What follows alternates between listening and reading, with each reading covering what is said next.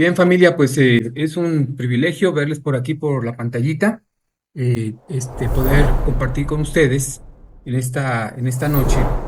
Y quiero, pues, tal vez pueden compartir ahí en el chat antes de iniciar, cómo les va con su experiencia con Dios. ¿Qué tal la primera semana con la charla? Estudiando cada día, haciendo tareas. Pues ánimo, ánimo. Beto dice que es algo retante. Bueno. Dios quiere que salgamos de nuestra comodidad, ¿no? Los tiempos en charla han sido increíbles también. Ahí estamos, reveladora, dice Laura, maravillosa, dice Diana. Bueno, realmente, hermanos, es un tiempo, hermanas, para sacudirnos así la, la polilla, ¿no? Y sacarle filo a nuestra fe y estas cosas que nosotros queremos crecer, animarnos, pues obviamente van a traer desafíos, pero bueno, eso es lo que necesitamos para ponernos fuertes, ¿no? Como la gente que le gusta ir al gimnasio, pues así nosotros también queremos ponernos bien, bien fuertes en la fe. Entonces, mucho ánimo, hay que estar estudiando ahí con constancia, con alegría, con fe. Y bueno, hagamos una oración, por favor, acompáñenme. En este momento, por favor, acompáñenme a orar. Padre del cielo, gracias por tu iglesia reunida aquí de forma virtual. Gracias por cada persona que está escuchando este mensaje, los que lo van a escuchar de forma diferida. Te oramos por los enfermos, que los sanes y que todos podamos ponernos al día a través de lo que queda grabado ahí en Facebook, en YouTube, los que podamos participar presencialmente, pero que nadie se quede atrás, Padre, que nos cuidemos unos a otros. Es fascinante todo esto que estamos aprendiendo, desafiante, maravilloso. Todos los adjetivos que han compartido mis hermanos, Padre, son ciertos, Señor, porque tú quieres despertarnos y quieres hacer cosas grandes a través de nosotros. Ayúdanos a creerlo, Padre. Señor, identificar tus planes, reconocerlos y luego sumarnos a lo que tú quieres hacer, a lo que tú ya estás haciendo. Padre, en el mundo entero y específicamente para nosotros aquí en Benito Juárez, en la Ciudad de México, Señor. Gracias por tu iglesia. Bendice tu iglesia, por favor. Ayuda a tu iglesia, perdona a tu iglesia. Nos ponemos en tus manos. Guíanos, Padre, a través de Cristo Jesús, nuestro Señor, tu Santo Espíritu, y en Él te oramos y agradecemos. Amén. Pues muy bien. Vamos a estudiar la Biblia. Hoy vamos a repasar lo que es la unidad 2. Está increíble este programa. Les comparto. Por una parte, estamos estudiando de forma privada todas las mañanas, o en el día, a la hora que tengas tu tiempo de estudiar. Por otra parte, los miércoles vamos a hacer un reforzamiento de esta semana. Y por otra parte, el domingo vamos a hacer la discusión de la misma unidad con la charla bíblica. Entonces, esto se vuelve muy profundo porque ya no es como algo superficial, algo que se nos olvida fácilmente, porque lo estamos estudiando de forma privada, lo estamos estudiando los miércoles y también lo estamos repasando y discutiendo los días, bueno, que se reúnan con su charla bíblica. Entonces, algo muy, muy animante. Son 5 días para cada unidad, o sea que todavía tenemos sábado y domingo extras por si te atoraste con alguna tarea, memorizar, repasar, contestar. Tenemos un par de días, yo no diría para descansar, sino para ponernos al día, para repasar, para memorizar y para llegar bien preparados a la discusión de la charla bíblica. Entonces, vamos abordando este tema eh, que vamos a desarrollar hoy. A ver un segundito, ahí está ya. Estos son los libros que son base para este programa. El primero es el principal en el sentido de que es el que vamos a estar usando con la charla bíblica durante las 12 semanas que ya arrancamos. El otro también están conectados, son historias que todas tienen que ver de nuestra relación con Dios, solo que el que vamos a trabajar con la charla bíblica y durante estas 2 semanas es el primero, el rojo, y el otro lo podemos estar estudiando durante todo el año y vamos a compartir algunas de estas ideas durante también los sermones de los domingos para que ustedes estén también preparándose, pero en estas 2 semanas vamos a enfocarnos primordialmente en el rojo, que ya lo había explicado Surit, pero esto es un pequeño repaso. Esta es la imagen de las 7 realidades que también compartió Surit la semana pasada. Es una forma de repaso, la obra de Dios. Dios siempre está trabajando, como dice la canción, aunque no lo veamos, aunque no lo sintamos, siempre está sobrando, esa es una realidad. Lo que pasa es que a veces no lo identificamos, pero Dios siempre trabaja, Dios siempre está trabajando. Y nosotros debemos ser sensibles, orar para identificar lo que Dios está haciendo, que Dios siempre está buscando esa relación con la humanidad, con nosotros, su iglesia y la humanidad entera. Nos invita, nos habla, nos revela qué es lo que Él espera de nosotros de muchas formas, dice la Biblia. Y todo, luego este llamado nos lleva a una crisis de fe, porque como decía Beto, pues desafía nuestra fe, nuestra comodidad, lo conocido, y nos llama a nuevos terrenos, a romper la comodidad. Y entonces hay que hacer ajustes, ajustes en nuestra vida, nuestros horarios, nuestro estilo de vida, nuestra comodidad, en todos sentidos. Y solamente entonces, cuando nosotros nos sometemos, nos rendimos, llegamos a experimentar esa comunión que tiene que ver también con la obediencia, esa experiencia, esa relación de intimidad con nuestro Dios. Y hoy vamos a abordar el tema número dos, que se llama la unidad número dos, que es mirar a Dios. ¿Cuál es el principal obstáculo, iglesia, para eh, tener esta comunión íntima con nuestro Dios? Pues en una palabra, es el egoísmo. Pero también los autores de este material presentan una idea como egocentrismo, es decir, una vida centrada en el yo, donde creemos que yo soy el centro de gravedad, yo soy lo más importante, todo gira a mi alrededor. Y esto es la receta perfecta para el pecado, es la esencia del pecado, es quitar a Dios del centro de nuestra vida y ponemos al ser humano, a mí mismo, a mi tío, a mi madre, a mi esposa, a cualquier ser humano. Y entonces, esta es la receta perfecta para una decadencia espiritual, para una espiral descendiente hacia el pecado. Aquí hay unas ideas que exponen el material, el libro, los autores, que es una vida centrada en uno mismo, enfoque en nosotros mismos, orgullosos de nuestros logros, nuestros alcances, nos volvemos arrogantes, ¿no? Como aquel fariseo que decía, te doy gracias porque no soy como los demás. Dependemos de nuestras capacidades en vez de depender de Dios, nos afirmamos en nuestro ego. Eso es lo que nos da seguridad. Vemos las circunstancias desde una perspectiva, una visión muy corta, una visión humana, muy pequeña. Y todo esto lleva a una vida egoísma centrada en el ser humano, en el yo, en el ego, lo que se conoce como egocentrismo.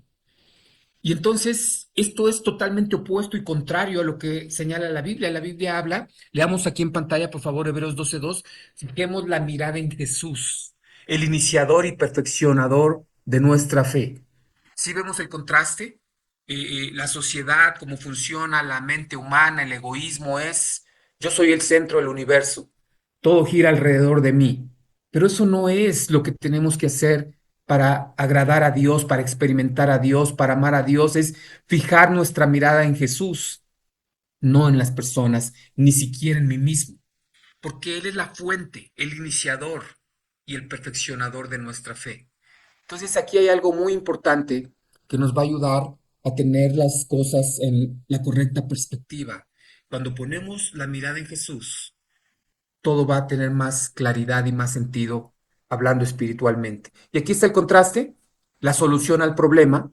Dice nuestro Señor Jesús en Juan 12:24, ciertamente les aseguro que si el grano de trigo no cae en la tierra y muere, se queda solo, pero si muere produce mucho fruto.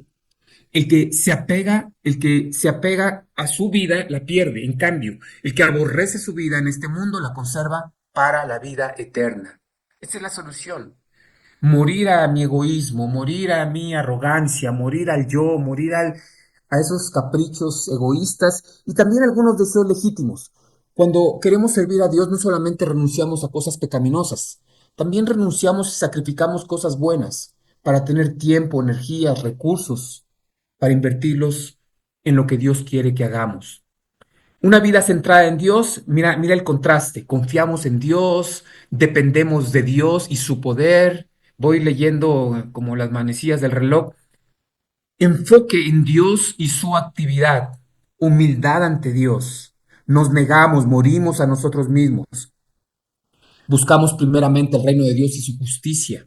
Buscamos la perspectiva divina, no esa mirada corta, esa miopía espiritual humana, sino una perspectiva amplia, donde Dios conoce el cuadro completo. Una vida sana, una vida piadosa, que es el llamado, como cristianos que somos. Leyendo todo este material hubo algo que me llamó mucho la atención, porque cuando ya no estamos centrados en nosotros mismos, estamos dispuestos a salir de nosotros mismos y a buscar en la voluntad de Dios. Un pasaje que llamó en particular mi atención es en Hechos, donde Ananías es enviado a ayudar a Saulo. Recordemos que Saulo en el camino a Damasco tiene un encuentro cercano con nuestro Señor Jesús, queda ciego, se va allá 3 días en la oscuridad y entonces Dios nuestro Señor levanta a este hombre piadoso, Ananías, para que lo vaya a ayudar. Ananías no tenía en su agenda ayudar a Saulo de Tarso, más bien le tenían miedo. Era un hombre que tenía licencia para causar terror entre los cristianos, encarcelarlos, tenía cartas de las autoridades para poder causar esa persecución hacia los cristianos. Ananías no quería ayudarlo, le tenía temor. Saulo, por otra parte, no tenía planes de ayudar a los gentiles, mucho menos a los cristianos, quería destruirlos. Pero cuando centramos nuestra vida en Dios, nuestra agenda cambia, nuestros planes cambian. Ellos no pensaron o no querían hacer esto, ni siquiera se les ocurría. Dios tiene planes bien confeccionados y cuando nosotros experimentamos esa relación, nos unimos a sus planes, no cosas que nosotros pensamos, planeamos, hubiéramos imaginado. En realidad, Ananías no tenía ese plan. En realidad, Saulo no tenía ese plan. Y no pensaron, no creían. Eran cosas difíciles. Pero Dios tiene ese poder para transformarnos y dirigirnos en sus caminos. Aquí hay un contraste en esta unidad número 2 de lo que significa una vida centrada en uno mismo, confiando en uno mismo, donde nosotros somos quienes tomamos las decisiones. Y por otra parte, el mismo personaje, Moisés, confiando en Dios, no haciendo lo que él quiere, sino lo que Dios ordena. En el primer caso, como vemos ahí en Éxodo capítulo 2, Moisés haciendo las cosas a su manera, el versículo 12, ahí ustedes pueden leerlo con calma, dice que mira a uno y otro lado y al ver que nadie lo está observando, mata a un egipcio y después lo esconde en la arena. Eso es lo que sucede cuando nosotros no estamos centrados en Dios, cuando no estamos poniendo nuestra mirada en Jesús, cuando no somos dirigidos por el Espíritu Santo, cuando hacemos las cosas como creemos que deberían ser. Y mira las consecuencias. Aquí hay pues un asesinato y gracias a eso ahora Moisés tiene que huir y vivir en el desierto de Madián por 40 años por una mala decisión, porque no es algo que Dios le había encargado, no es algo que él tenía que hacer, sino que actuó de manera impulsiva, a lo mejor con buenas intenciones, a lo mejor con un corazón de ayudar, pero no era lo que Dios le había mandado y ahora esta decisión tenía consecuencias. Tenía que ser, pues salir huyendo de Egipto donde él vivía para que no le hicieran daño las autoridades egipcias. Pero mira ahora la otra parte, ya un Moisés maduro, centrado en Dios, confiando en Dios. Dice la Biblia en Éxodo 14:22 que Moisés extiende su brazo, esto sí se lo había indicado Dios, estas sí eran instrucciones divinas, esto sí era la voluntad de Dios. Él estaba obedeciendo y una vez que él obedece a Dios, experimenta el poder y un milagro del cielo. Toda la noche el Señor envió sobre el mar un recio viento del este que lo hizo retroceder, convirtiéndolo en tierra seca. Las aguas del mar se dividieron y los israelitas cruzaron sobre tierra seca. El mar era para ellos una muralla de agua a la derecha y otra a la izquierda. En esta segunda historia, el mismo personaje está caminando en el centro de la voluntad de Dios y no hay ningún muerto. Todo sale bien. Y esto, iglesia, familia, esto es muy importante porque muchas veces nosotros escuchamos desde toda nuestra vida, desde pequeños, que decía esta canción famosa, a mi manera, hay que hacer las cosas a mi manera. No, no, no. Nosotros no somos Frank Sinatra ni José José, nosotros no hacemos la cosa a mi manera. Tiene que ser lo que Dios envía, lo que Dios manda, lo que Dios quiere. Había otro famoso acá en México, el Chente Fernández, que decía, pero yo sigo siendo el rey. Nosotros los cristianos no creemos eso. Nos sometemos, nos rendimos a la voluntad de Dios. Y mira el contraste. Cuando Moisés hace las cosas a su manera, mata a un egipcio y ahora es perseguido por las autoridades, tiene que huir 40 años al desierto. En el otro caso, obedece la voluntad de Dios y los israelitas cruzan sobre tierra seca, no hay muertos, no hay nada que lamentar, hay liberación, hay prodigios y milagros de nuestro Señor cuando hacemos las cosas como Dios quiere. Aquí hay una imagen de un pastor en Inglaterra. Iba a decir pastor inglés, ¿no? Porque pastor inglés es, suena como pastor alemán, ¿no? No, no, un pastor de Inglaterra, George Mueller. Y entonces este señor encaró una crisis de fe entre su comunidad cristiana y él empezó a confeccionar algunas ideas de cómo descifrar la voluntad de Dios. Ahí lo van a estudiar ustedes también, lo van a repasar, pero es muy interesante lo que él enseñó. Número uno, poner el corazón en rendición a Dios, es decir, rendirnos. No es mi voluntad, no es lo que yo creo, es lo que Dios quiere. No dejar que nuestras emociones manden. Todos los seres humanos tenemos emociones y sentimientos. Esto no es pecado. Dios nos hizo así. Dios nos creó como seres emocionales. El problema es cuando dejamos que esas emociones nos controlen, nos gobiernen, porque ya no es la Biblia, ya no es el Espíritu Santo, es el sentimentalismo, son las emociones. Y esto es muy, muy peligroso. Entonces él dice, hay que buscar en la palabra, hay que analizar el cuadro completo, las circunstancias, a la luz, obviamente, de la palabra de Dios. Hay que orar para que Dios revele si lo que estamos pensando en hacer está acorde con lo que Él ya ha revelado a través del Espíritu Santo, las Escrituras, la iglesia, las circunstancias que están envueltas en toda esta situación. Y después todavía hay que repetir estos pasos para saber el camino. Es decir, no debemos ser impulsivos, pero debemos consultar a Dios, su Espíritu, su palabra, su iglesia y analizar desde las diferentes vertientes toda la situación.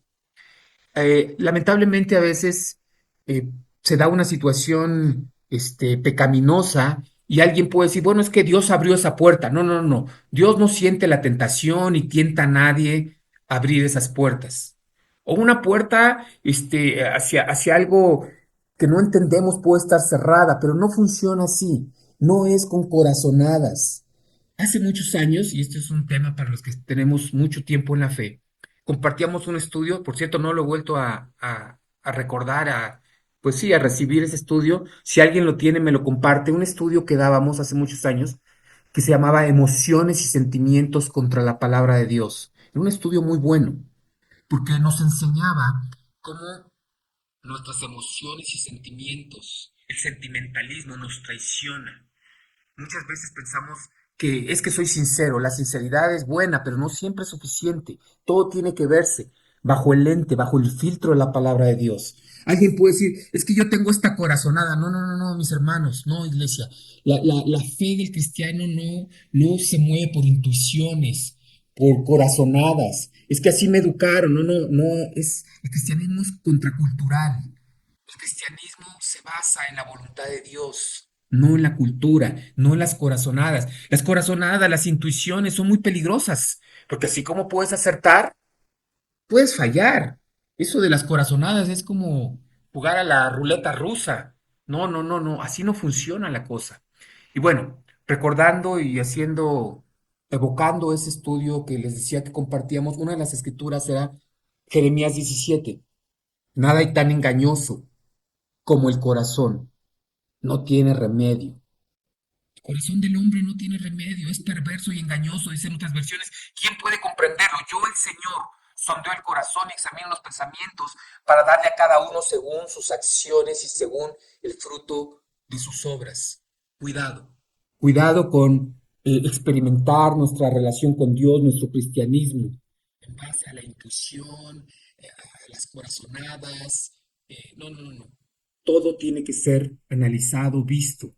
a través de la santa palabra infalible, inerrante palabra de Dios que tenemos a través de la Biblia. Y bueno, continuamos. Una de las cosas que me ha encantado de este tema de la unidad 2 es que se presenta la idea de que Dios es un iniciador, Dios toma la iniciativa. Y hay un par de pasajes aquí en pantalla, Romanos 3:10, así está escrito: no hay un solo justo, ni siquiera uno, no, no somos justos. No hay nadie que entienda, nadie que busque a Dios. Dios nos buscó primero, Dios nos enamora, Dios toma la iniciativa. Esta escritura, Juan 6:44, es increíble. La he compartido 1 millón de veces. Nadie puede venir a mí si no lo atrae el Padre, que me envió, y yo lo resucitaré en el día final. Nadie viene a mí si mi Padre no lo trae. Esto es muy animante, iglesia, porque a veces decimos, a mí me trajo fulanito a la iglesia, a mí me trajo mi primo, a mí me trajo un vecino, a mí me trajo mi esposa, a mí me trajo mi padre. Pero al final del día, quien nos trae al reino es el Padre. Dios nos trae y nos trae a su reino, a los pies de Él, de Jesús, y nos incorpora a su familia. Esto es muy, muy animante. En esto de las relaciones humanas, hay una idea interesante, que siempre hay personas más extrovertidas, más sociables, que inician las relaciones, son iniciadores. Bueno, estas personas son buenos imitadores de nuestro Dios, porque Dios es un iniciador de relaciones. Dios es primero el que nos invita a venir a su reino, el que nos llama, el que nos busca. Dios es un iniciador en esta relación que tenemos con nuestro Padre. Filipenses 2:13 dice que Dios produce en nosotros tanto el querer como el hacer. ¿Qué es esto? Él inicia. Él inicia en nuestros corazones, en nuestras mentes. Y ya lo que me encantaba leyendo esta semana es, si tú ves a alguien buscando a Dios, hablando de Dios, preguntando de Dios, es porque Dios pone en el corazón del hombre tanto el querer como el hacer.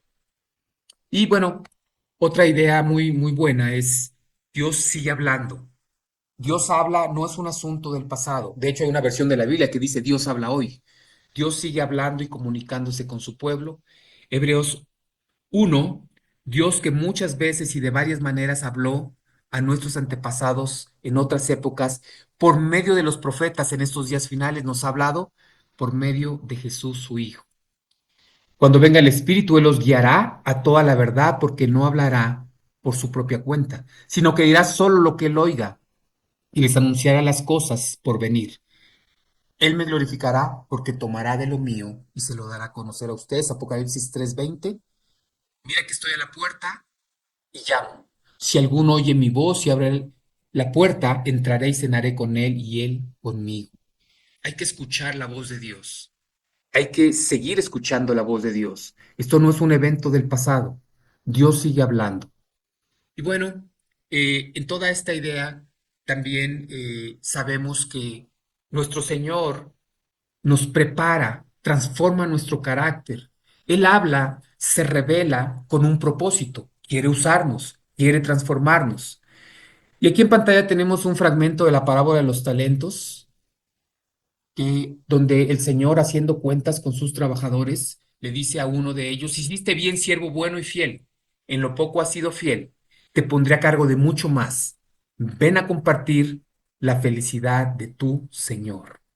Y luego, más adelante, al otro trabajador, también a otro de los trabajadores, versículo 22, hiciste bien, siervo bueno y fiel, en lo poco has sido fiel, te pondré a cargo de mucho más. Ven a compartir la felicidad de tu Señor. Entonces, en esta famosa idea, parábola de los talentos, Dios nos recuerda que tenemos que ser fiel en lo poco, en lo simple, en lo cotidiano, en lo pequeño, si queremos que Dios nos use de formas más poderosas. A veces queremos que Dios haga grandes cosas en mi vida, en mi servicio, en mi familia, pero muchas veces no somos tan fieles, tan obedientes en lo pequeño, en lo simple, en lo sencillo, en lo cotidiano. Pero entonces queremos que Dios nos encargue cosas aún más grandes cuando ni siquiera podemos con lo más sencillo. Así es como funciona.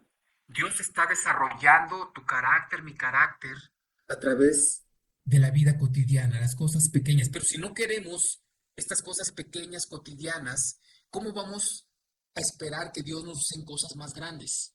También hay que desarrollar paciencia. Recordemos esta historia, que Abraham, desde que recibe la promesa, pasan 25 años hasta que nace su hijo Isaac. Moisés estaba transformando su carácter en el desierto por 40 años, para después ser un hombre maduro que ya no anda matando egipcios, pero venir a liberar al pueblo de Dios, a Israel, y ahora sí siguiendo las instrucciones de Dios. Entonces debemos dejar que Dios nos prepare para su servicio. Dios tiene derecho a irrumpir en nuestras vidas. De hecho, Jesús, muchas veces la gente interrumpió a Jesús que iba caminando. Si tú lees el Evangelio, muchas veces la gente interceptó a Jesús, lo interrumpió en su agenda y Jesús los trató bien. ¿Cuánto más nosotros debemos dejar que Dios? Nosotros somos los siervos. Dios no es nuestro siervo. Nosotros somos siervos de Dios. Nosotros somos quienes tenemos que obedecerle. Y debemos permitir que Dios, que es nuestro amo, Señor, nuestro Maestro, interrumpa nuestras actividades, nuestras agendas y nos use. Si Jesús el Señor, el Maestro, se dejó interrumpir y decidió ayudar a las personas, ¿cuánto más nosotros que somos siervos? Pues ese es un repaso de la unidad número 2. Continúen estudiándola. Les digo, todo esto va encadenado, estudiando en la privacidad de tu hogar, los miércoles retomando estos temas y todavía el domingo cerrando con broche de oro en una discusión con la charla bíblica. Así es que repasemos la unidad número 2. Bueno, estas clases quedan grabadas, gracias a Sur y Ditzel que las dejan grabadas para el que la quiera repasar.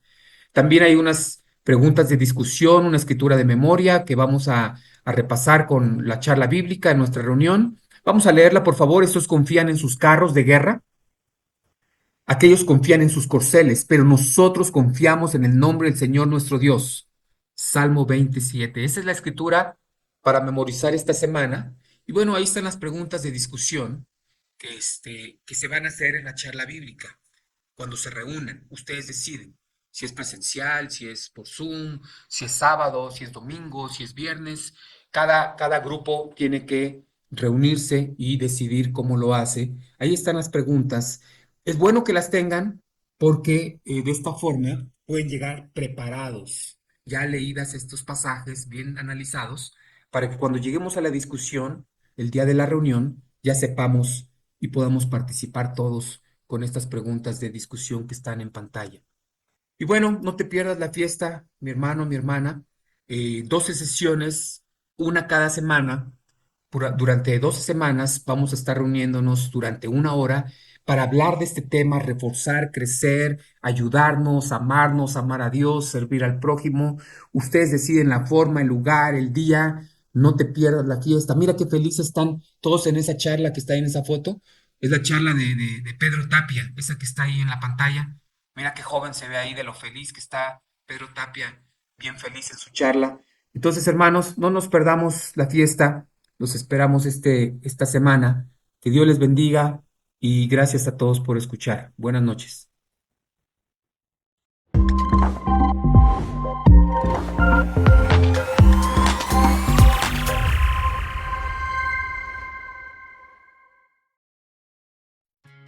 El Señor es mi refugio, en Él siempre confiaré. En sus brazos descansaré, nunca solo estaré.